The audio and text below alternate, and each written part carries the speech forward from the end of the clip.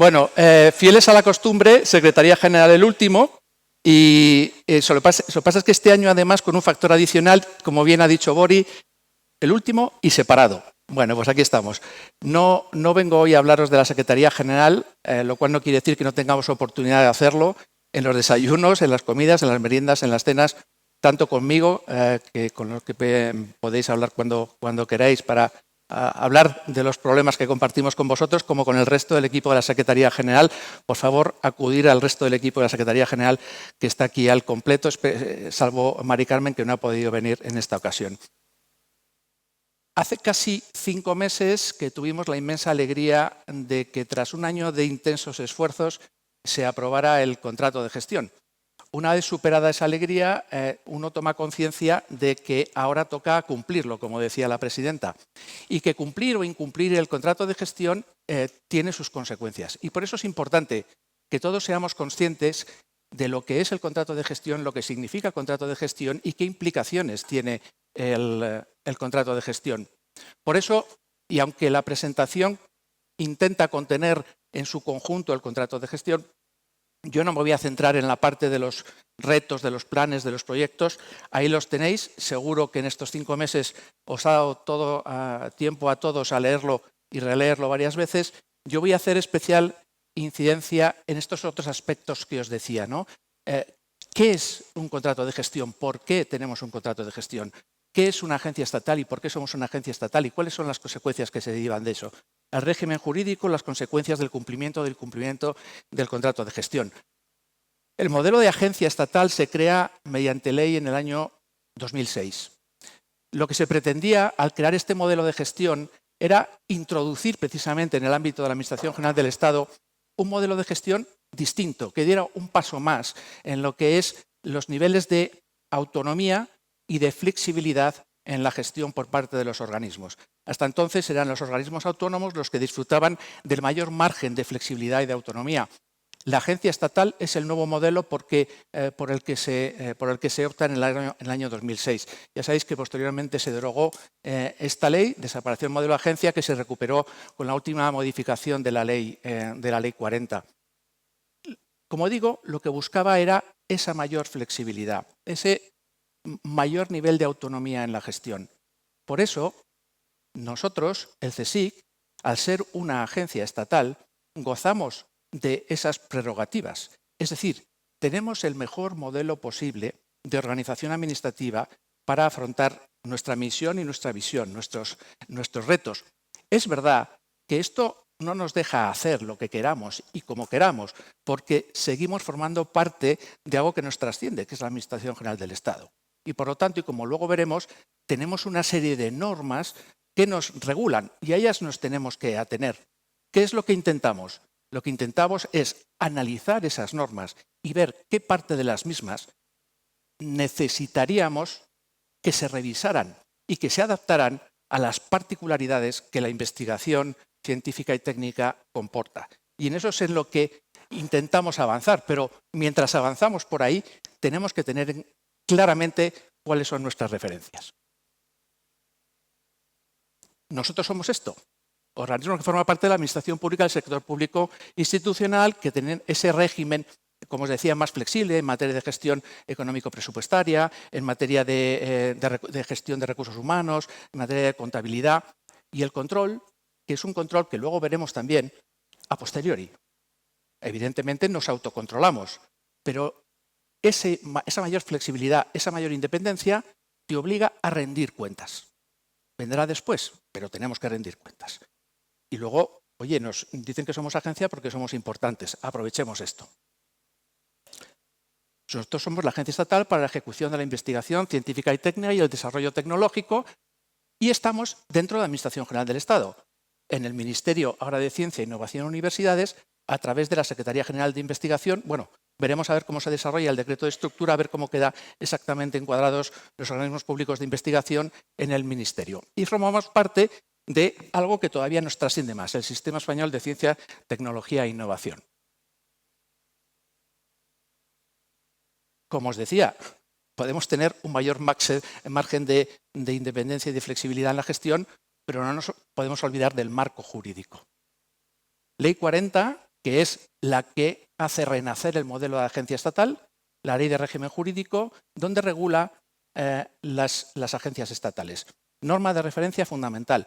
Las dos siguientes son algo básico que tienen que ver con la gestión presupuestaria, la Ley General Presupuestaria permanente y luego la que todos los años o casi todos los años se aprueba como la Ley de Presupuestos Generales del Estado para ese año.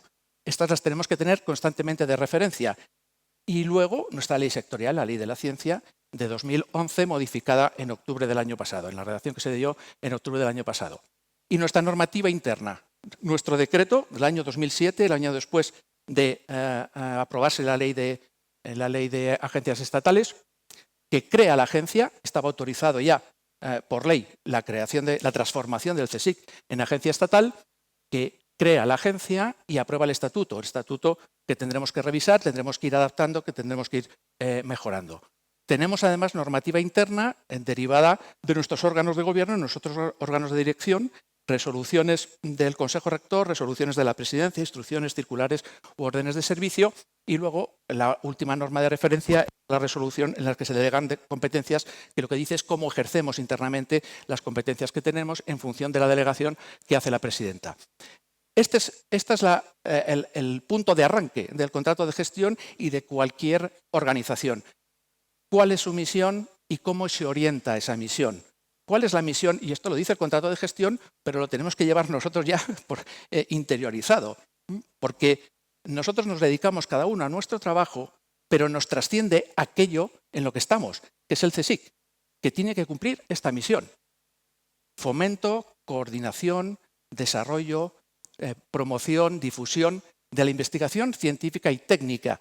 ¿Para qué? Es que es fundamental contribuir al avance del conocimiento y al desarrollo económico, social y cultural, además de la formación del personal y el asesoramiento a entidades públicas y privadas. Pero como os decía, esa misión, que no es baladí, se realiza con una visión, con una orientación, y es que se identifique al CSIC como una organización a nivel europeo más atractiva para la investigación, para que vengan, para captar y retener a los mejores investigadores y de esta manera contribuir al desarrollo de la política pública de investigación científica y técnica, para que sea sólida, estable y con proyección de futuro. Pues bien, para cumplir esta misión, con esa orientación, con esa visión, necesitamos una planificación estratégica. Ya sabemos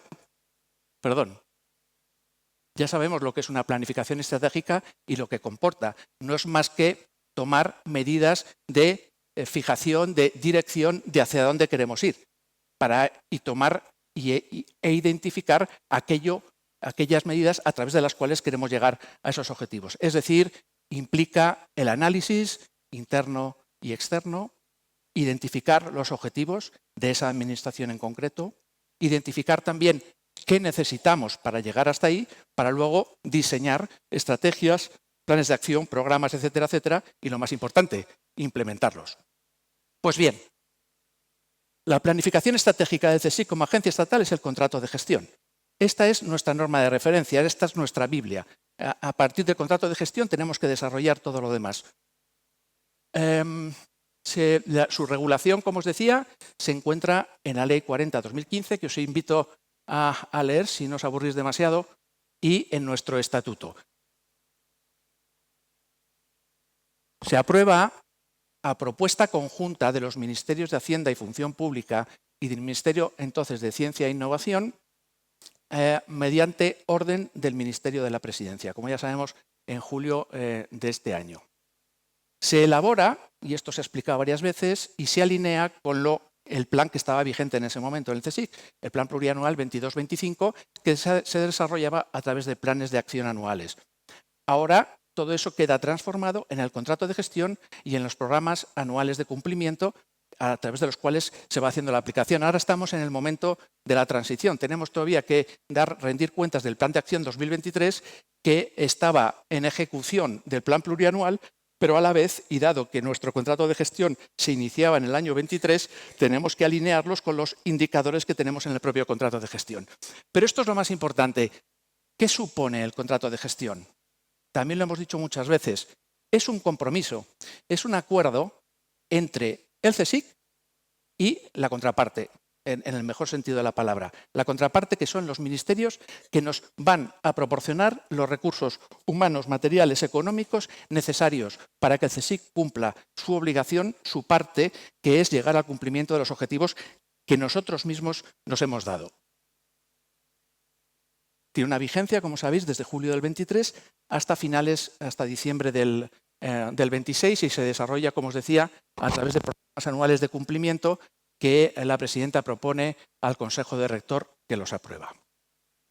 Esta es una visión de conjunto de lo que contiene el contrato de gestión.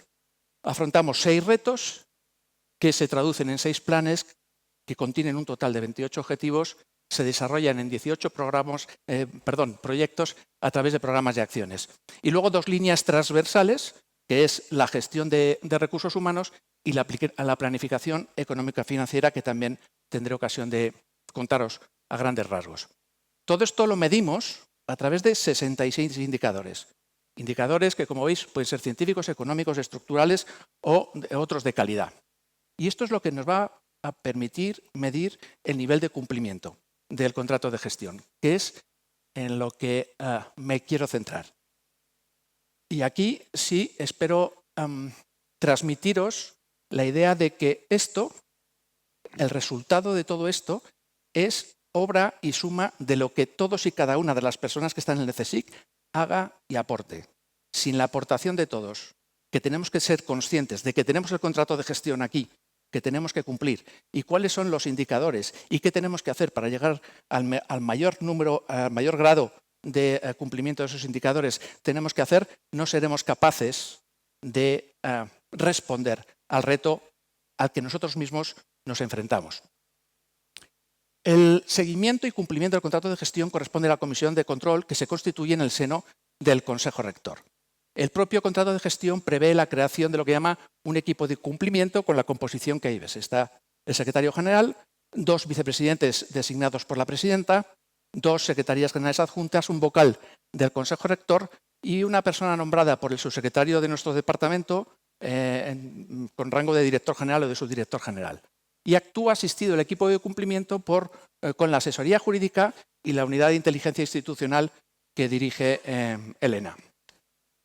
Funciona con reuniones periódicas, un mínimo de 4 al año, puesto que el equipo de cumplimiento es el que traslada su trabajo a la comisión de control.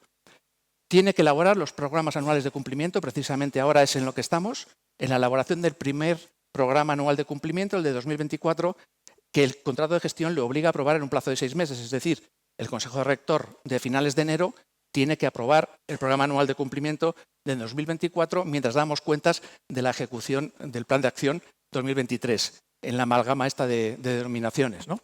¿Cuáles son las consecuencias de cumplir o no cumplir el contrato de gestión? Hay una primera consecuencia que a todos nos llama la atención, ¿no? Ya sabéis que el sistema de productividad en el CSIC, y a partir del 1 de enero este sistema de productividad engloba también a los centros nacionales, tiene una bolsa de productividad.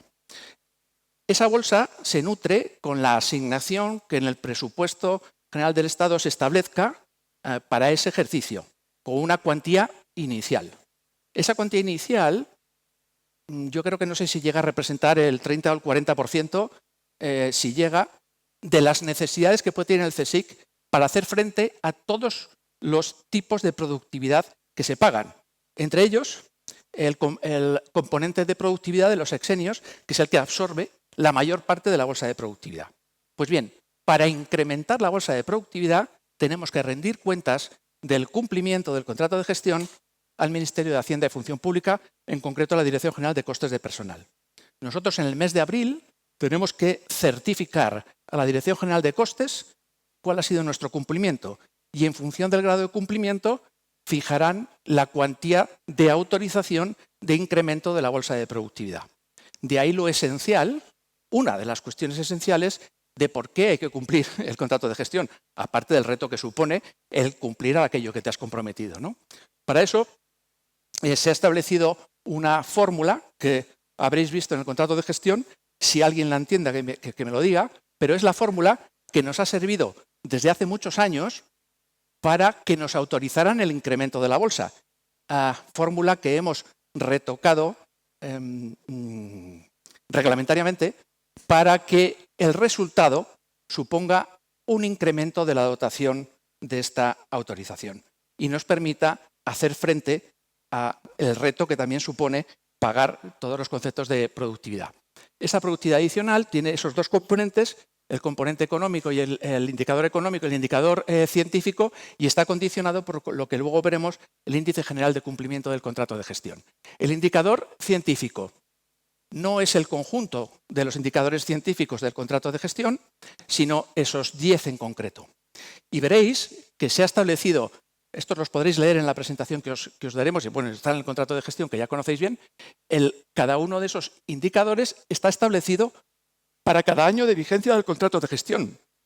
Ya sabemos lo que tenemos que hacer cada año en cada una de esas acciones para tener el mejor nivel o grado de cumplimiento de nuestros objetivos y, por lo tanto, incrementar la bolsa de productividad.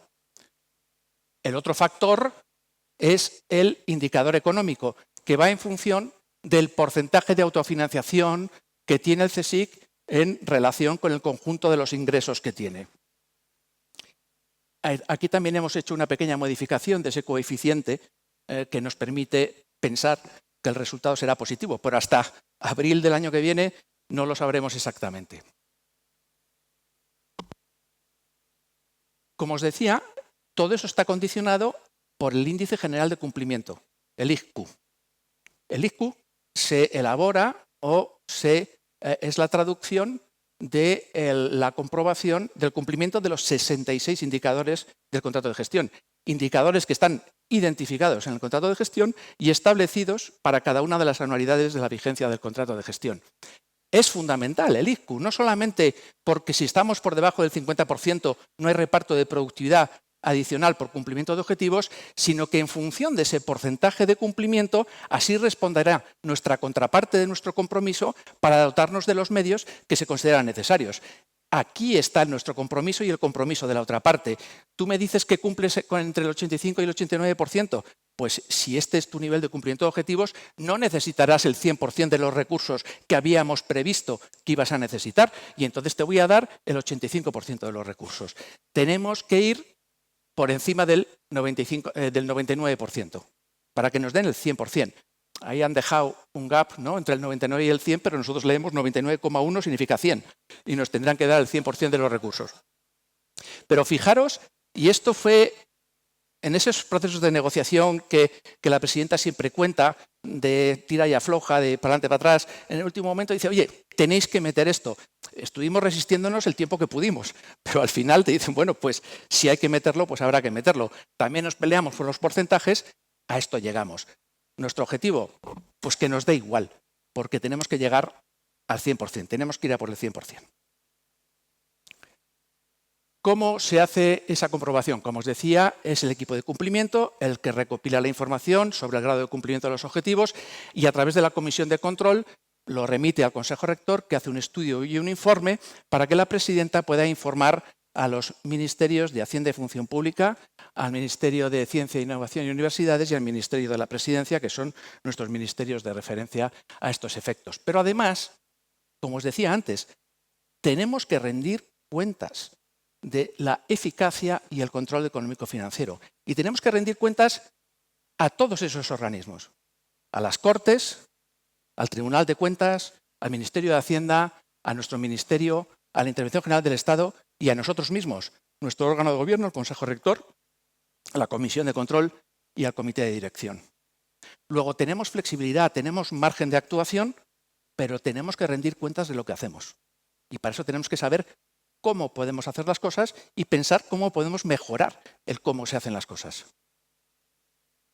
Hay más consecuencias si incumplimos. Estas nos afectan menos y más a nosotros.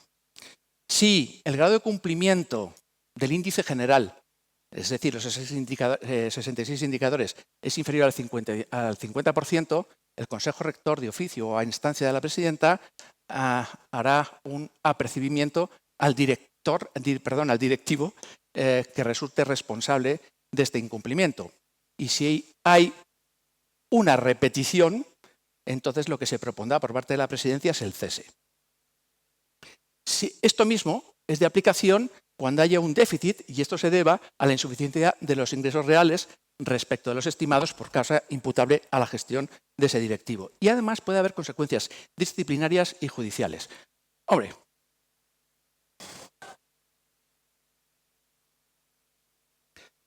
en cualquier caso, el contrato de gestión no es inamovible, es susceptible de revisión. El propio contrato de gestión establece qué hay que hacer y en qué casos es posible adaptarlo. Hay dos procedimientos distintos en función de que afecte o no a la estructura del propio contrato de gestión.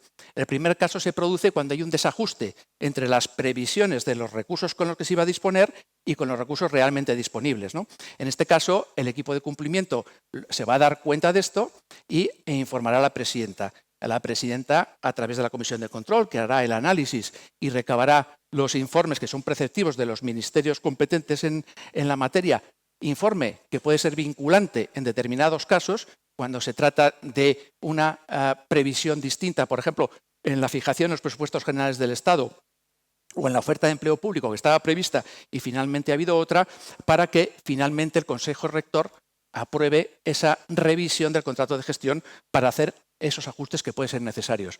O puede afectar a la estructura, a aspectos esenciales del contrato de gestión, que son las que os ponen ahí. Y que en definitiva lo que viene a decir es que si lo que se quiere es tener capacidades distintas, nuevas, más amplias, entonces para poder cumplir el contrato de gestión, entonces ya son palabras mayores porque vas a afectar, ¿no?, o a los planes estratégicos, vas a afectar a la estructura básica. En estos casos, la presidenta lo propondrá al Consejo Rector, que tomará su decisión, pedirá los informes a los ministerios competentes y para modificar el contrato de gestión hay que seguir el procedimiento que se llevó a cabo para su aprobación. Es decir, propuesta conjunta de los dos ministerios para aprobación por el Ministerio de la Presidencia. O sea que son palabras mayores. Bueno, vamos con la parte de recursos humanos y luego entraremos en la gestión económico-presupuestaria y luego los retos y planes, ya lo dejo para más adelante y así Elena os puede dar información sobre lo realmente interesante. ¿Qué dos herramientas básicas tenemos para gestionar nuestros recursos humanos, nuestra estructura de personal?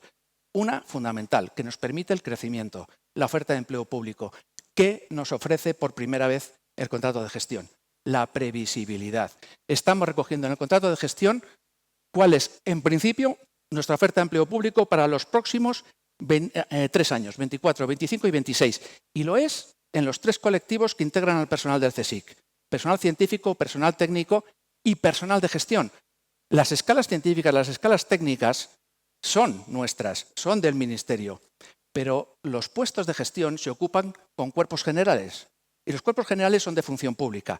¿Cuál era el problema? Que nosotros no sabíamos de qué medios íbamos a disponer. Dependía de cuál fuera la oferta de empleo público, de lo que decidiera Función Pública sobre cuánto asigna el Ministerio de Ciencia y de lo que el Ministerio de Ciencia decidiera que le correspondía al CSIC. Ahora tenemos un documento que vincula a todas las partes implicadas. Si tenemos que cumplir los objetivos estratégicos que hemos asumido, ellos tienen que darnos la oferta de empleo público que está acordada, porque si no, no podremos acometer los objetivos establecidos. El otro instrumento fundamental, este no es de crecimiento, es de adaptación, es la configuración de la RPT. A las agencias estatales, en principio, tienen lo que os decía, unas mayores capacidades de gestión. Por primera vez, explícitamente se recoge en este documento, que es uno de los ministerios proponentes es Hacienda y Función Pública, si les compromete. Lo que dice es que el CSIC tiene capacidad para modificar, crear y suprimir puestos con las condiciones que se establecen ahí, claro. No es barra libre, ¿no? Precisamente ahora con lo que estamos con Función Pública es cómo gestionamos esta novedad, porque hasta ahora nosotros podíamos proponer, mandábamos el expediente a la CECIR y a ver si nos lo aprueban o no nos lo aprueban. Ahora la decisión es nuestra. Otra cosa es cómo se refleja luego en el Registro Central de Personal y eso es lo que tenemos que ver con Función Pública, ¿no? Pero esto lo podemos hacer siempre y cuando el coste previsto de personal en ese ejercicio no sea superior al que estaba inicialmente establecido. ¿Me explico? Es decir, tú dices, bueno, necesito crear 10 puestos de trabajo y eso lo hago suprimiendo otros puestos, etcétera, etcétera. Pero si con la creación de esos 10 puestos mi gasto en capítulo 1 excede de lo previsto en presupuesto, no podré hacerlo. Esas son las limitaciones, ¿no? Nos interesa mucho la coordinación con la Dirección General de Función Pública, coordinación que hoy por hoy es bastante buena. Esto es lo que os decía. Ya tenemos en el contrato de gestión, aprobado mediante una orden del Ministerio de la Presidencia, cuáles van a ser las plantillas en cada uno de los años. Ya veis que ahí se recoge todo el tipo de personal. Funcionario público de las escalas, personal TIC, personal directivo, personal de gestión, etcétera, etcétera. Y fijaros que estamos pasando en funcionarios de 8.144 en el 2023 a 10.307. Es decir, estamos hablando de más de 2.100 personas de incremento en los 3 próximos ejercicios. Aquí se ha tenido en cuenta las bajas también. Tiene que ser un incremento neto. Y esto está recogido en este documento. Y de personal laboral lo mismo. Y otro factor fundamental en la gestión de personal, la promoción interna, de la que ya se ha hablado antes y que es también básica para poder tener la estructura de recursos humanos necesaria para afrontar nuestros retos. Con estos recursos, con estas capacidades de gestión, afrontamos 2 retos muy importantes, ¿no? 2 reformas. Uno, que tiene que ver con las gerencias. ¿Qué queremos con las gerencias? Las gerencias necesitan reforzarse, robustecerse, crear una estructura lo suficientemente potente para poder atender todas las necesidades de gestión que los investigadores generáis y que cada vez más generáis. Para eso necesitamos 2 cosas, que son las 2 herramientas de las que os hablaba antes. Necesitamos incrementar el número de personas que trabajan en las gerencias, oferta de empleo público, y segundo, de tipo cualitativo, mejorar la configuración de nuestros puestos, para lo cual se nos reconoce la capacidad de adaptar nuestra RPT. Esto no se hace tampoco de un día para otro. Esto es un reto de largo recorrido y que tenemos que ir poniendo en marcha poco a poco, teniendo en cuenta también cuáles son las circunstancias de cada centro, de cada gerencia, de cada persona que trabaja en la gerencia, para que, sin dejar nada por el camino, podamos ir cumpliendo este reto que es fundamental. Y todos nos lo decís todos los días. Necesitamos más gente y necesitamos mejores puestos para captar, aparte de la oferta de empleo público, para captar desde fuera y fidelizar a la gente, que tenga la promoción dentro de la casa y no que tenga que irse fuera para mejorar su carrera profesional. Y el segundo reto fundamental que tiene que ver con esto es la nueva gobernanza TIC. Nueva gobernanza que va orientada a la atención al usuario, como ahí decimos, ¿no? Es decir, vamos a configurar lo que llamamos las CGS-TIC, los Centros de Gestión de Servicios de TIC, para que los centros reciban la atención como usuarios que son de todo lo que se precisa en el ámbito TIC. Para eso necesitamos una SGAI potente, necesitamos reforzar las estructuras TIC, cosa que no resulta fácil, sobre todo teniendo en cuenta que se convocan tropecientas plazas y en el primer examen se cargan a la mitad. Una cosa que tenemos que transmitir porque es incomprensible que, estando tan necesitados de personal TIC, se pongan los tribunales estupendos. Yo no digo que pase cualquiera, pero, en fin, un mínimo para luego poder formarles. Pero si además muchas de las personas que se presentan a estos procesos vienen de la empresa privada, no conocerán la administración, pero la tecnología sí que la conocen. Podemos darles luego la formación porque les necesitamos. Bueno, pero perdonadme la digresión. Porque necesitamos reforzar nuestra estructura TIC, el número de personas, y necesitamos organizarnos mejor. Necesitamos homogeneizar nuestros servicios. Que el problema de uno sea el problema de los demás para que la solución de uno sea la solución de todos. Porque ahora vamos cada uno tirando como podemos hasta que tenemos el problema. Y cuando tenemos el problema acudimos a la SGAI. Y la SGAI no sabe nada de la aplicación de la que le estáis hablando. Tenemos que, y en ese sentido se está trabajando desde la SGAI en el plan Sistemas, en el proyecto Sistemas que antes comentaba la presidenta, y que tiene 6 grupos de trabajo. Aborda en su integridad, entre ellos la renovación tecnológica de la gestión, que es básico y fundamental. Recursos financieros y presupuestarios, y ya le dejo a Elena. Otro de los factores fundamentales del contrato de gestión. No solamente sabemos cuál es la oferta de empleo público a la que se ha comprometido Función Pública para los próximos 3 años, sino que además ya sabemos cuál tiene que ser nuestro presupuesto para los próximos 3 años. Claro, si dices, bueno, ya lo sabemos, pero vamos decreciendo. No, vamos creciendo. La cifra que aparece ahí en 2023 abajo de 1.213 millones es engañosa. Ahí está metido el plan de recuperación, el presupuesto era de 1.060 millones, que luego además sufre modificaciones a través de variaciones presupuestarias, ¿no? Pero bueno, da igual, porque lo importante es la evolución y la diferencia. Si partimos de 1.060 millones en 2023 del conjunto de presupuesto de gastos, alcanzamos los 1.450 millones. Esto supone un crecimiento muy importante, pero esas cifras que veis ahí, que no van con decimales porque no se pueden poner, responden a una realidad que está documentada. ¿A qué responde la necesidad del capítulo 1, del capítulo 2, del capítulo 3? Todo eso está identificado. Luego tú vas avanzando en la ejecución de cada año y puede haber modificaciones, variaciones, reorientaciones de algunos proyectos, etcétera, etcétera, pero todo eso responde a la previsión de lo que queremos hacer y al gasto que supone. Y es muy importante lo que dice este recuadro rojo, porque existe el compromiso de que la inversión pública en I+D+I se incremente hasta el 1,25 del PIB en 2030. Esto, que es un compromiso, se está asumiendo y esto es lo que nos ha permitido incrementar este presupuesto y que nosotros, desde luego, hacemos valer con este objetivo. Para responder a estos presupuestos de gastos, contamos, como bien sabéis, con 2 líneas de financiación. Uno, los ingresos que el propio CSIC genera y, segundo, fundamental, la transferencia que anualmente recibimos del Ministerio de Ciencia, Innovación y Universidades de su envolvente presupuestaria. Esto tendría que soportar los gastos de funcionamiento del conjunto de centros de CSIC y de la organización central. Lo cierto es que todavía no lo hace, pero sí hemos conseguido que para el año 24 el incremento de la transferencia del Ministerio se fije en casi 45 millones de euros. Y ahora, desde Actuación Económica, que están terminando de cerrar con el Ministerio las fichas presupuestarias para la elaboración del presupuesto, va todo esto. Lo que veíais antes, esto y esto, está en la documentación que estamos gestionando ahora mismo con la Oficina Presupuestaria y que va al Ministerio de Hacienda. Ya veremos qué dice luego Hacienda, pero esto responde a un compromiso que también es del Ministerio de Hacienda. En el 24, a la transferencia ya recibida del Ministerio de 554 millones le sumamos 45.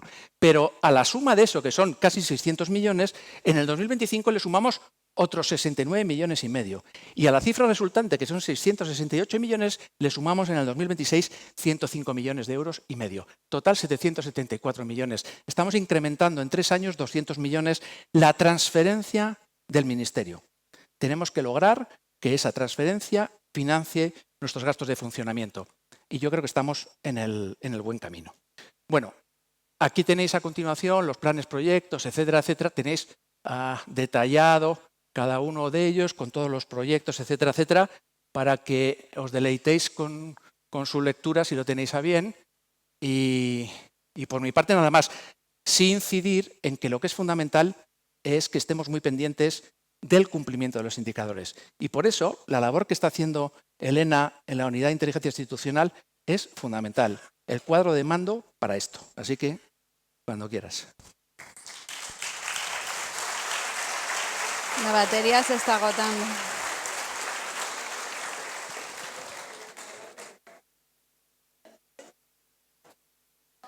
¿No se me oye? Ahora sí. Sí. Quiero daros las gracias por estos últimos 10 minutos que me quedan a mi disposición, por aguantar estoicamente, porque sé que hoy el día ha sido largo.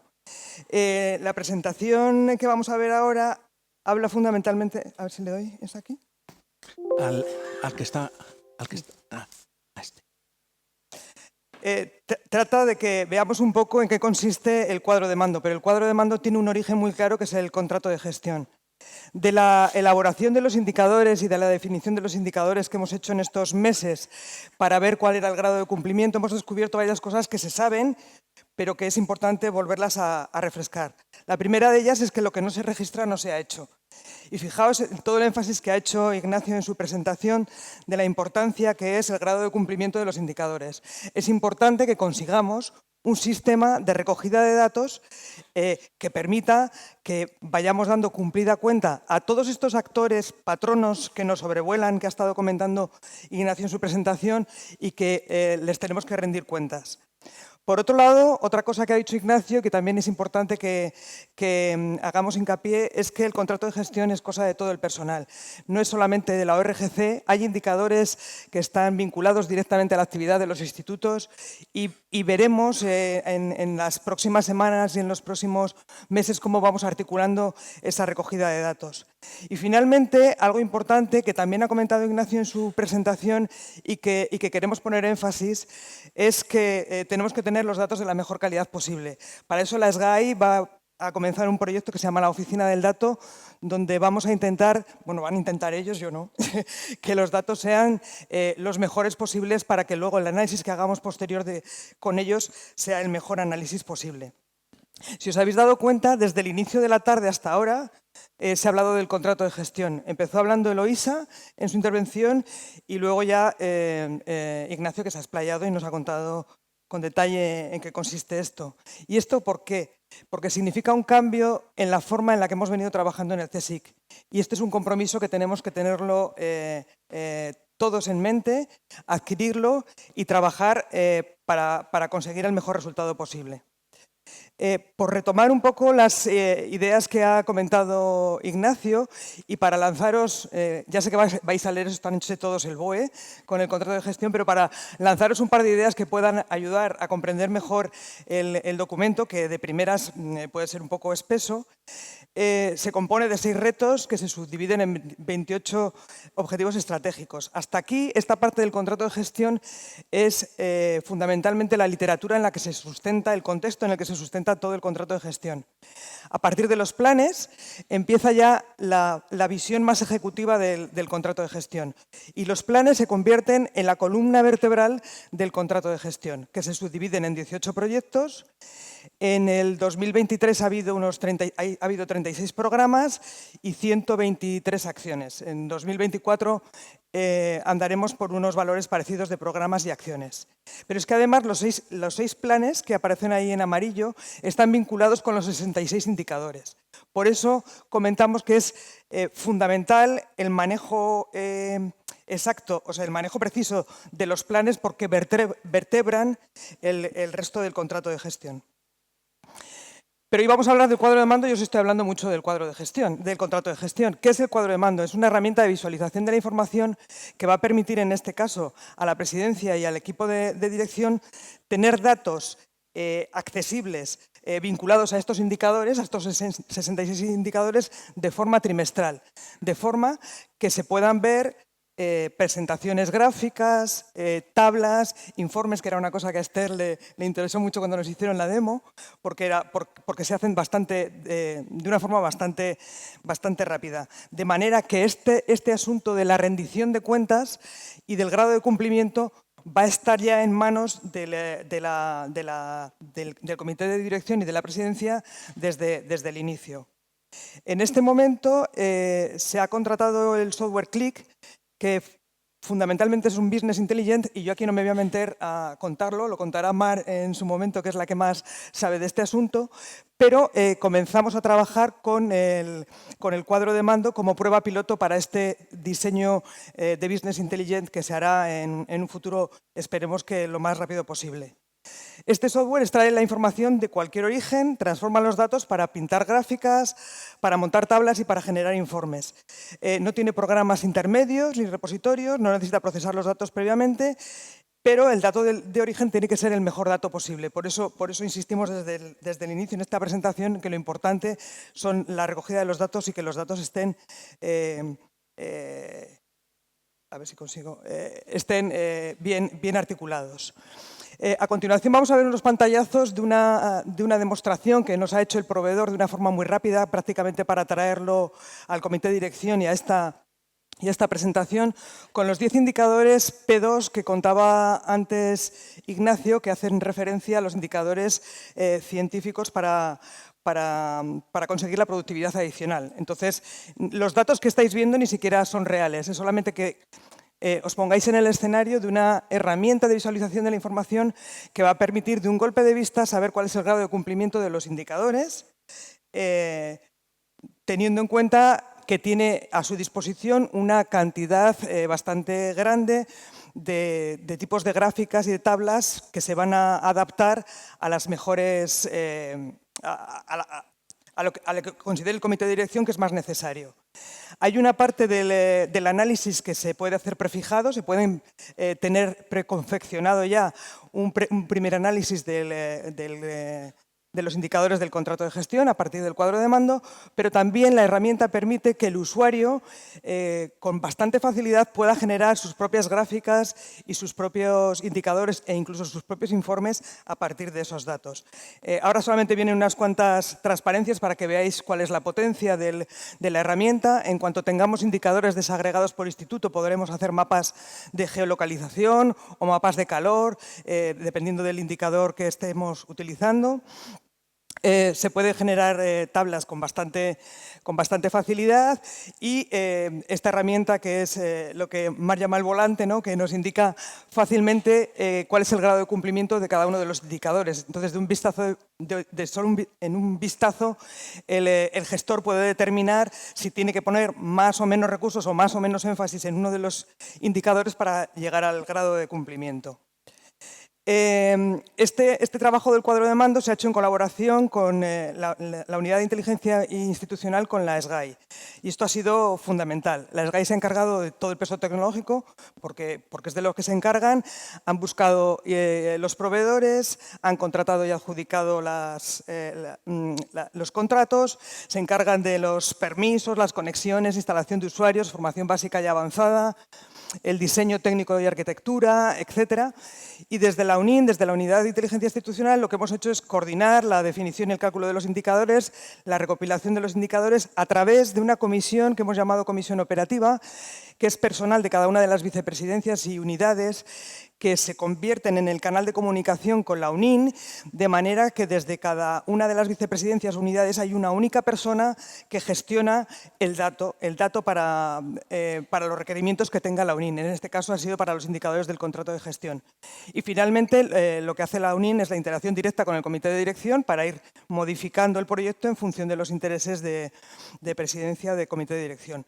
Hay una parte de las tareas que la hemos hecho de forma conjunta, que es la recogida y análisis de requerimiento de los usuarios, el diseño del cuadro de mando, la construcción y el desarrollo del contrato del cuadro de mando y el seguimiento y validación del proyecto. Y todo aquello que se nos vaya ocurriendo sobre la marcha. Ya estoy terminando, ya habéis visto que soy breve, y volvemos a retomar las ideas iniciales que son las que se nos tienen que quedar grabadas porque la aprobación del contrato de gestión es una ventaja, porque tenemos un horizonte de 4 años y sabemos lo que tenemos que hacer durante esos años, es una planificación estratégica durante los próximos 4 años, pero también nos afecta en torno a los compromisos. Volvemos a repetir que lo que no se registra no lo hemos hecho, que el contrato de gestión es cosa de todos y cada uno de nosotros y que tenemos que tener los mejores datos posibles. Y con esto nada más que daros las gracias y hasta otra.